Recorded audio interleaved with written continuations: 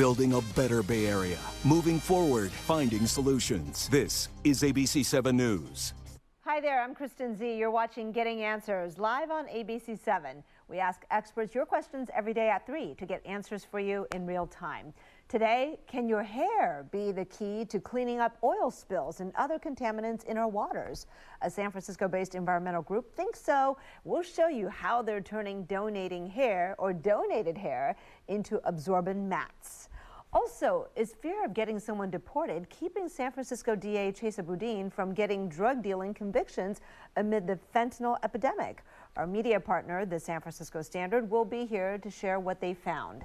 But first, lots of health and medical questions today, from COVID boosters for kids to monkeypox to banning abortions at fertilization. Joining us to talk about all this is ABC7 News special correspondent Dr. Alok Patel. Dr. Patel, good to see you. Kristen, it's good to see you as well. And you're right. Medical headlines are booming right now. Yeah, let's start with the biggest one today, monkeypox. We've been hearing about it, but not paying too much attention because it was mostly in Europe, I think. But now one case has been found here in the U.S., in Massachusetts. So tell us, what is monkeypox? Oh, Kristen, monkeypox is so incredibly rare that the vast majority of physicians will never see a case in their entire lifetime. So people like myself have been doing a lot of reading. Simply put, monkeypox is a virus that's in the same family as the smallpox virus, which people haven't seen because we eradicated it several decades ago because of the vaccine. Thank you, science. And what monkeypox basically is, it's a virus. It causes some flu-like symptoms, and then it can cause these swollen lymph nodes, and then the typical rash, these pus-filled lesions, or pox, hence the name. And it's called monkeypox because of the population of monkeys it was first characterized in. Now, usually cases are associated with travel history. There's some type of contact with a group of animals that may have this. Human-to-human transmission is very rare, which is why this outbreak is being so closely looked at, because infectious disease physicians and epidemiologists are wondering, is there something different about this outbreak? Why is it that there's these several cases in Europe and this case in Massachusetts without a clear connection to an animal or a person who had this in some cases? So it's being closely watched right now, but people should not be panicking. Okay, it's not transmissible like COVID, right? You've got to have really close contact, isn't that right? Like, how do you transmit it? Through what? Now, according to the CDC, it's transmissible through bodily fluids, direct contact with one of the sores that people can see if they simply look up Google image, or it can be transmitted through respiratory droplets in a very close setting, whether that is a healthcare setting or in a family, which is the case from what I was reading from one family in Europe, which is why patients who are hospitalized like this would be in an airborne room with that air protection. But this doesn't necessarily mean that it's going to spread like wildfire, like COVID-19. I haven't seen any report suggesting that that's the case. But it's still worth noting because, Kristen, we live in a very different world where travel is very accessible. Human to animal, human to environment contact is increasingly more common. So there's a lot to pay attention to as we unravel in this case. All right. But there's nothing really as an individual we need to be doing to protect against it right now, right? People just need to pay attention to what's happening out there. And in the rare situation that you were in contact with someone who may have been exposed, you have to pay attention, report that to your physician, local authorities, because the incubation period, how long it takes for the symptoms to show up, could be as long as 21 days, according to the CDC. Right. Okay. Look, I also want to turn our attention to this as the nation waits for the Supreme Court ruling that may overturn Roe v. Wade. State legislatures, that want to roll back abortion rights continue to be very busy. Oklahoma just passed a bill banning abortions at fertilization. I think their language even mentions menstruation. So explain all this to us. Kristen, there are several states out there that have these trigger laws in place, such as Oklahoma, where if Roe versus Wade is overturned, these also go into an effect. And I think what's really important for people out there, regardless of what side you sit on, if you are for or anti-abortion, is to look at the bills and look at the way the medical procedures, the science is actually defined. Because in these bills, fertilization, when an egg meets a sperm, in some places like Louisiana, that is not protected for ectopic pregnancies, which can kill the parent. That is never going to be a viable pregnancy. An ectopic pregnancy will not turn into a healthy baby. Oklahoma's bill does have a stipulation saying that ectopic pregnancy can be terminated. But again, when all these bills say that there is an exception to protect or save the mother's life, the actual indication is not clearly defined. There is no point when it says these are the vital signs in the situation that is then okay. So a lot of physicians out there have expressed some concerns saying, how do we know that the law is going to agree with us and we're not going to have to go and defend ourselves for an accusation of murder when we're just trying to protect a parent's life? And there's also no exemptions in some states for severe fetal anomaly, even if that means suffering or an early death for the baby. So the language really, really matters.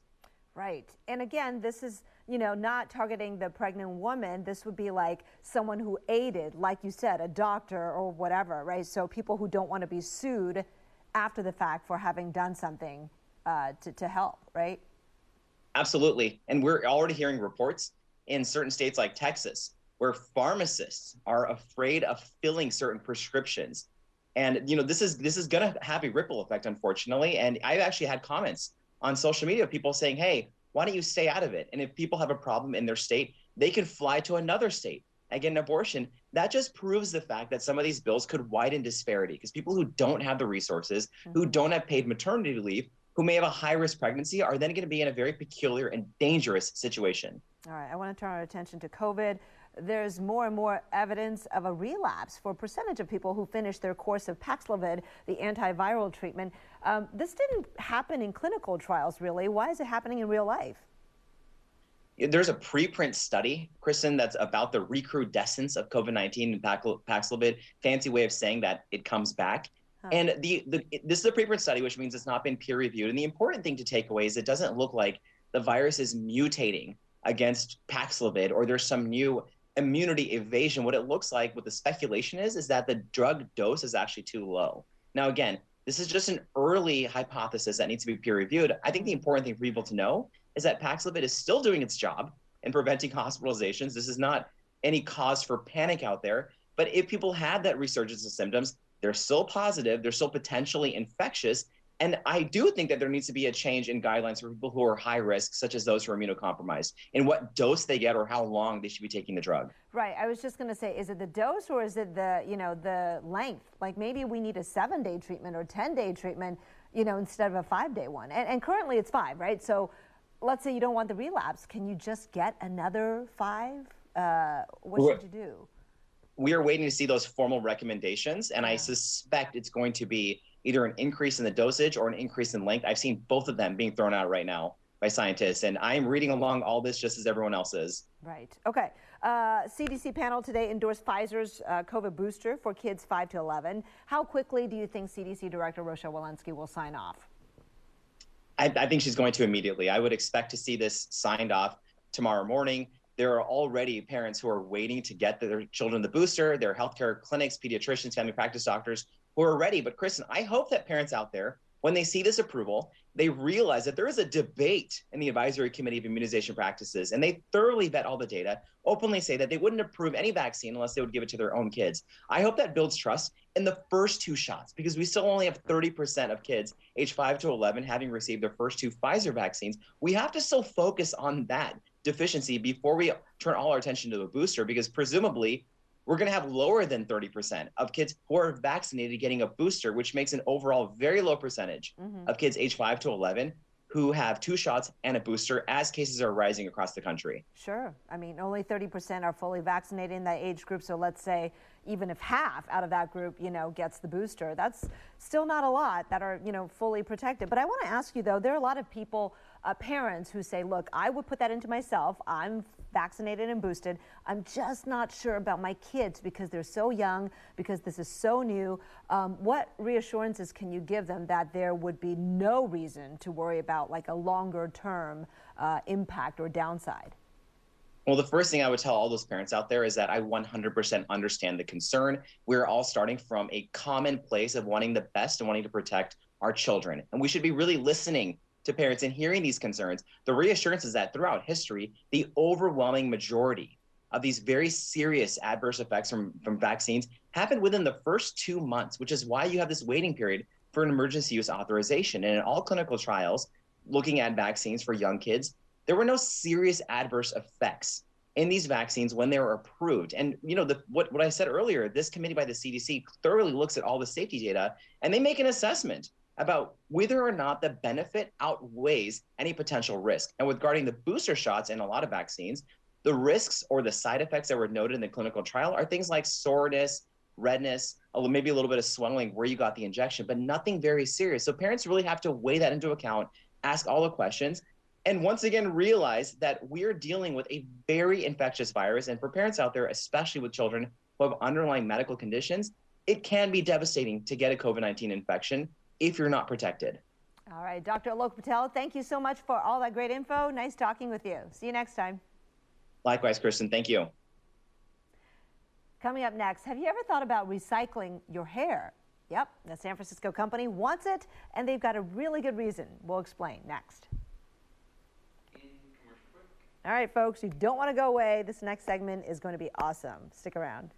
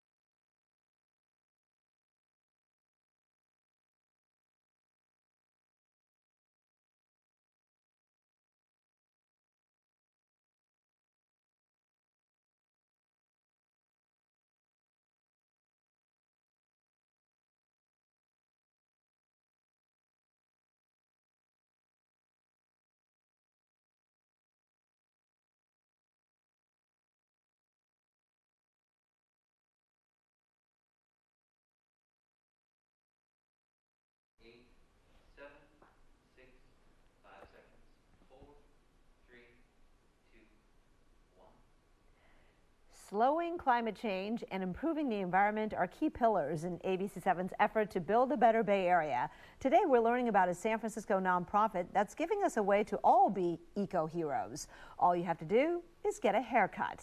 That's right. Your hair can be used to clean up oil spills and other contaminants. Joining us live to talk about this mission is Matter of Trust President and Vice Chair Lisa Gautier, coming to us from the Eco Hub in San Francisco. Hey, Lisa. Hi. You founded Matter of Trust with your husband, I think, 24 years ago. You do lots of things to help the environment. And one thing really cool, it involves collecting hair that's been cut, and you put it to good use. Tell us what you're doing with hair. Yeah, so anybody can get their hair cut and send us their hair. If it's 4 inches or longer, we love if it's separated. As long as it's 1 inch or longer, we'll take it. We even take pet fur. And we're felting it all into mats that soak up oil spills. All right, see that behind Lisa? Okay, they're turning the hair into mats. Before we go visit the machine, I want to ask you, when did you realize hair, human hair or animal fur, as you said, also great for soaking up oil? Well, so you shampoo because hair collects oil. And there was a hairstylist in Huntsville, Alabama. His name is Phil McCrory. And he came up with the idea while watching otters covered in oil during the Exxon Valdez. And so he was very excited to collect all the hair that was cut off his and left on the floor of his salon, and scooped it up and started to use it to soak up oil spills. Brilliant. Okay, so walk us back there. I see a gentleman, I think that's David, your lead felter, who's turning all that hair people donate into mats, right, that you then use to soak up the oil. Show us how it works, or maybe David will. What's happening here? So David is an inventor as well. He made this nail board, and as you can see, he's going to take the top of it off and just put the hair down. This is long hair that we're making into a scrim. It's the outside, like we're sandwiching short hair and pet fur between two scrims. And he's going to show you how he makes a scrim here. David, use your nail board. And he created this nice little thing that fits over all of these nails. They are dull on top because we used to have sharp nails, and then we discovered that cut the hair. And then we found that dishwashing brushes work best. And so we just take the long hair from ponytails that are mailed into us from all over. We love it. Thank you so much, everybody who's mailing in the all of the hair. And then he does this, and then he puts it onto the scrim. Go ahead. You can show how it goes through the machine.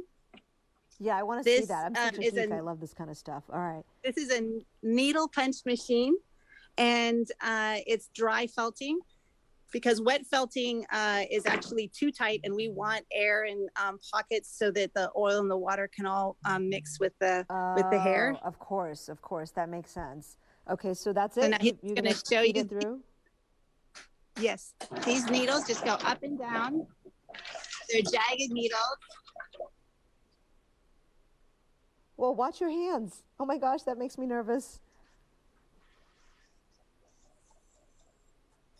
Wow, look at that. And is that ready to use in the form that it comes out? It's like a sheet. So it comes out in sheets, and it just, we are making sandwich of 2 scrims.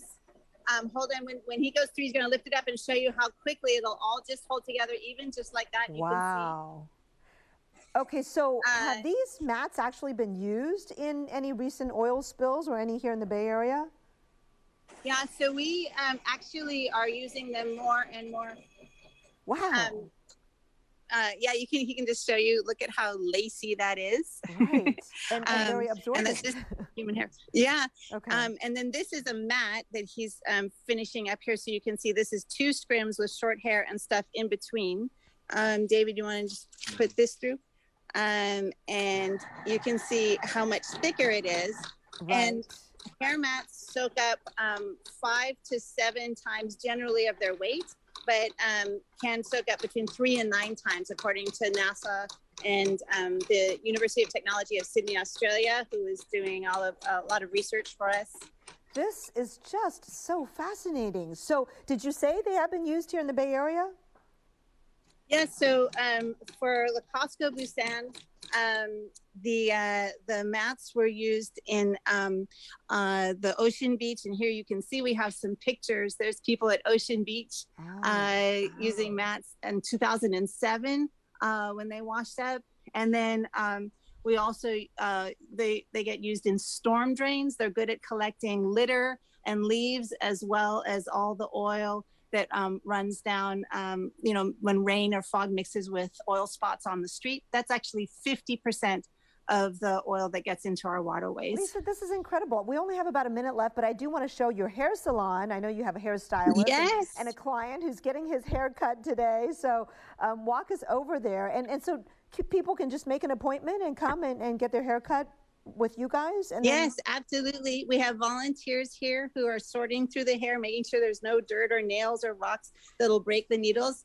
This is Armel. She is in charge of all of our field trips and youth programs.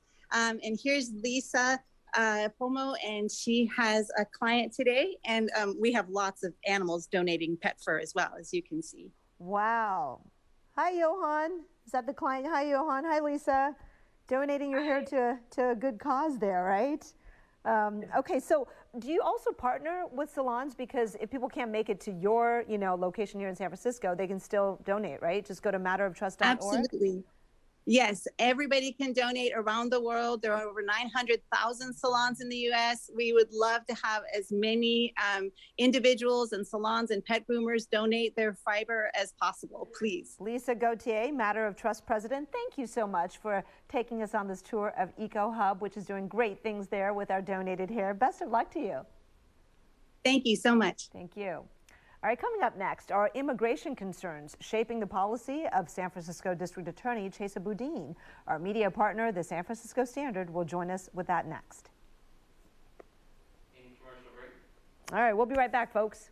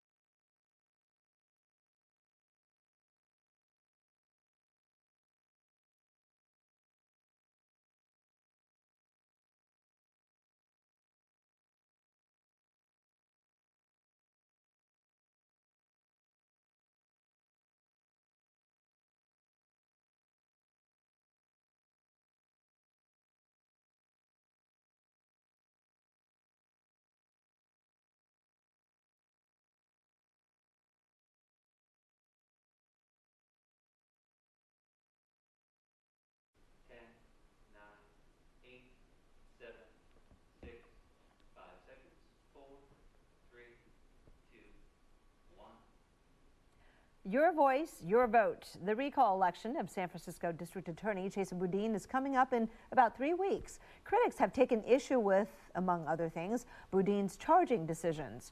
Our media partner, the San Francisco Standard, has been looking into those decisions when it comes to fentanyl cases. Joining us now, the Standard's senior reporter, Josh Kane. Josh, nice to see you. Look, I know you found that the DA's office only secured 3 drug dealing convictions in all of last year. Is that right? Were any of those for fentanyl?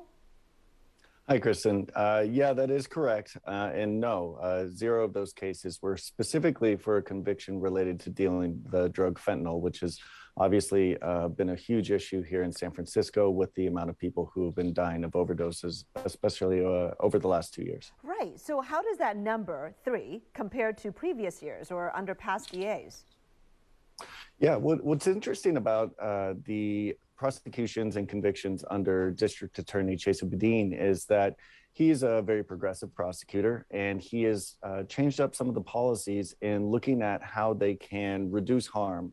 Prosecutors at every level are required to take immigration status into account when it comes to the conviction process and sentencing recommendations. Chesa Boudin, during his time there, has used a unique, maybe not unique tactic, but he has expanded the tactic of, instead of charging people for felony drug convictions, he's using a different charge, which is called accessory after the fact, or Penal Code 32. And why? What does charging them with accessory after the fact allow the suspects to avoid? Yeah, so what happens is by using this Penal Code 32, accessory after the fact means that they are more likely to not have a felony conviction on their record for drugs. When you're going through the immigration process, what happens is any kind of drug conviction basically will almost certainly lead to deportation, and there's a lot of other, pretty harsh consequences. And so what's happened is, by using this mechanism of accessory after the fact, DA Boudin is allowing these people to have a better path to remain in the country, if not gain citizenship. Is there an increased need for that protection of the suspects to ensure that they don't get deported? Because I think you cited in your article that there are a number who come from Honduras, and is there some political, persecution or issue at home that is kind of keeping the DA from wanting to send them back? Yeah, absolutely. DA Boudin has said previously that he suspects that the drug dealers within San Francisco, as many as half of them are Honduran nationals, who some of them who could have been trafficked here.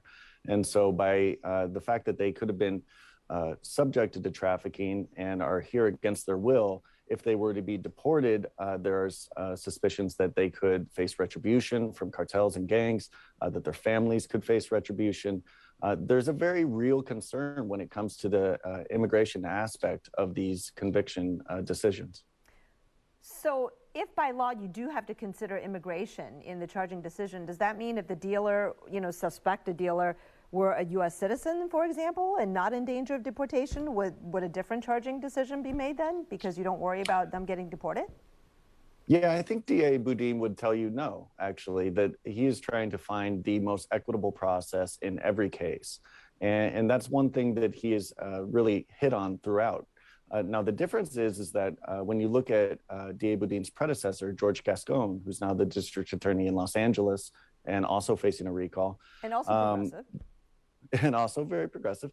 Gascon was actually charging these cases for felony drug convictions at a far higher rate than DA Boudin. So it's very clear that DA Boudin has, taken the law, which requires him to consider immigration status, but he is applying it in a different way than his predecessor. And so that's one thing that we really tried to touch on in this story. We're not trying to make value judgments. We know that immigration is super complex. We know the war on drugs has not been successful, but we felt it was important to let people know this is how business is being done within the DA's office. Did you get a response from the DA's office? Oh yeah, we got a few responses. DA Boudin obviously was not super thrilled with the story. He has basically said that there's more nuance to it and that he's still getting convictions about 80% of these drug cases. It's just he's doing it in a different way with the accessory after the fact. We leave it up to readers and the general public to decide whether or not they believe that's the most effective and truest way to get justice in these cases. All right, Josh Kane, senior reporter at the San Francisco Standard, thank you so much. Don't go away. We do have links to the San Francisco Standard's other original reporting on our website, abc7news.com. To watch more ABC7 segments featuring the Standard's city-focused journalism, check out our ABC7 Bay Area streaming TV app. We'll be right back. So, Josh, if you're still with us, we have a couple minutes to chat here and finish up on Facebook Live. We're done with the TV portion. But I wonder if Boudin, in his answer or his office, might have referred to police, right? What police bring them? Because I know in the past he has kind of said, hey, my charging rate is actually pretty good if you bring us the, the people, but you're not really bringing us the cases. Yeah, absolutely. I mean, DA Boudin's been very clear that the district attorney's office, their job is to try cases. It's not to go out and do their own investigations and doing surveillance and those kinds of things. So yeah, they are very reliant on local law enforcement to bring them cases. And then it's up to his office to then secure a conviction or, and which can often include a plea deal. Most of these cases, almost the vast majority of cases are done by plea deal. Of course, there are those who, support his approach to these drug dealing cases and those who don't. The ones who don't and criticize it, do they think that somehow charging them through this different avenue has had a negative impact on fighting the fentanyl crisis? Yeah, there's concerns that basically by doing it this way, there's almost a turnstile within the jails when it comes to drug dealers just getting back out in the street and continuing on with their illegal behavior. That is a criticism that his office has received. Of course, with the pandemic, tracking these kinds of numbers is really complicated. What we do know is that of the cases in which he has changed from a felony drug charge and ended up with a conviction of accessory after the fact, about 35, I believe, of the 44 cases were misdemeanors instead of felonies. So there is a difference in those convictions. Right. All right. Hey, Josh, thank you very much. Great reporting. Thanks for sharing it. Thank you. Take care. Good to see you, Kristen. All righty. Hope you enjoyed the segment. I feel like all three segments today were so illuminating, and I love the tour that we got at that hair factory, turning those into mats. 7, 6, 5 seconds. 4, 3, 2, 1. Thank you so much for joining us today on this interactive show, Getting Answers. We'll be here every weekday at 3 on air and on live stream answering your questions. World News Tonight with David Muir is next, and I'll see you back here at 4.